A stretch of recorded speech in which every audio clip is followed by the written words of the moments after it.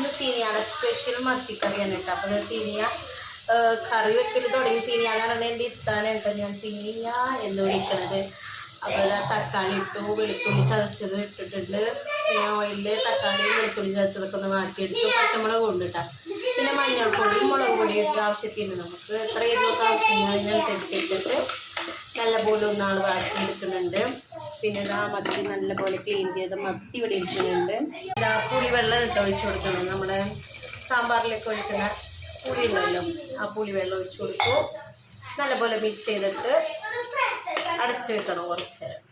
പിന്നെ കറിയൊക്കെ തിളച്ച് കഴിഞ്ഞപ്പോൾ അതിലേക്ക് നമ്മുടെ ചാള, അതായത് മത്തി അങ്ങനെ പറക്കിയിട്ട് കൊടുക്കേണ്ട ചെയ്യുന്നത്.